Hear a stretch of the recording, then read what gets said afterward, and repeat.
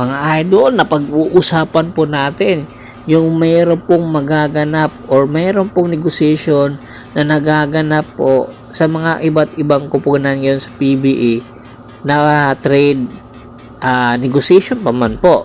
Bagamat trade negotiation pa po ito, po pwede pong mangyari, po pwede rin po hindi, po pwede po mabago yung mga hinihingi po ng bawat kupunan na nakikipag-negotiate po sa mga player na gusto nila.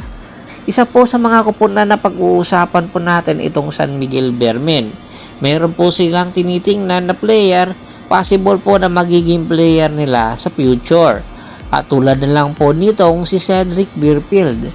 Aminin man o hindi ng San Miguel at ng Blackwater Bossing, talagang yung negotiation nila naunsyami dahil sa pagbubulgar nga po ng isa sa mga batikan komunista ng sports na si Homer Sison na meron daw negotiation na nagaganap sa San Miguel at ng Blackwater involving nga si Cedric Beerfield. At hindi lang po si Cedric Beerfield ang tinitingnan, kasama po sa involved sa isang blockbuster trade, including na rin po itong big man ng Blackwater Bossing na si Christian David, na ang posibleng po magiging destinasyon ay itong NLEX Road Warriors.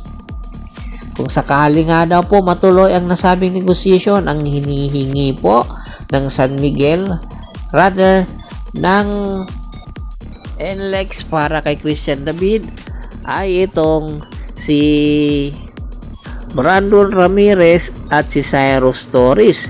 Hindi rin po pumayag ang San Miguel dahil dalawa po ang kanilang, rather ang NLEX dahil nga dalawa ang mababawasan.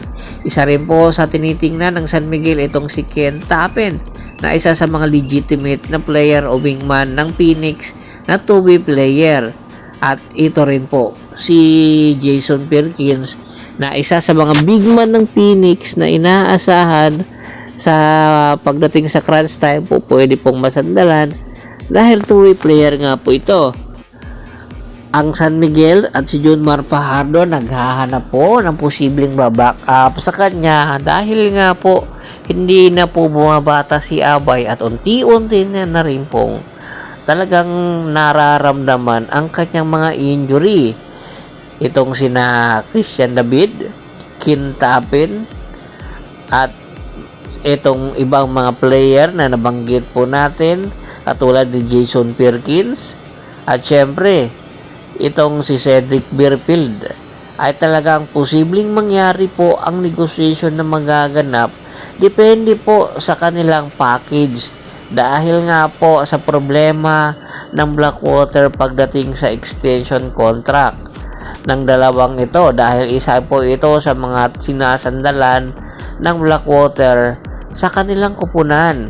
Kaya kung gusto man nilang pakawalan ito, syempre yung may quality players po na makukuha nila dahil malaki pong posibilidad kung hindi nila mapapapirma sina Cedric Beerfield at Christian David, talagang papasukin ng free agent at mawawalan po sila ang Blackwater Bossing ng rights na ma-execute or posibleng ma-trade pa at makakuha pa sila ng player kung talagang hindi sila kikilos. Kaya ito po yung aabangan natin na ang San Miguel Bearmen, ano ang gagawin na approach ng nasabing nabanggit natin na player para nang sa ganon itong mga player na ito mailipat sa San Miguel para lumakas palalo ang San Miguel.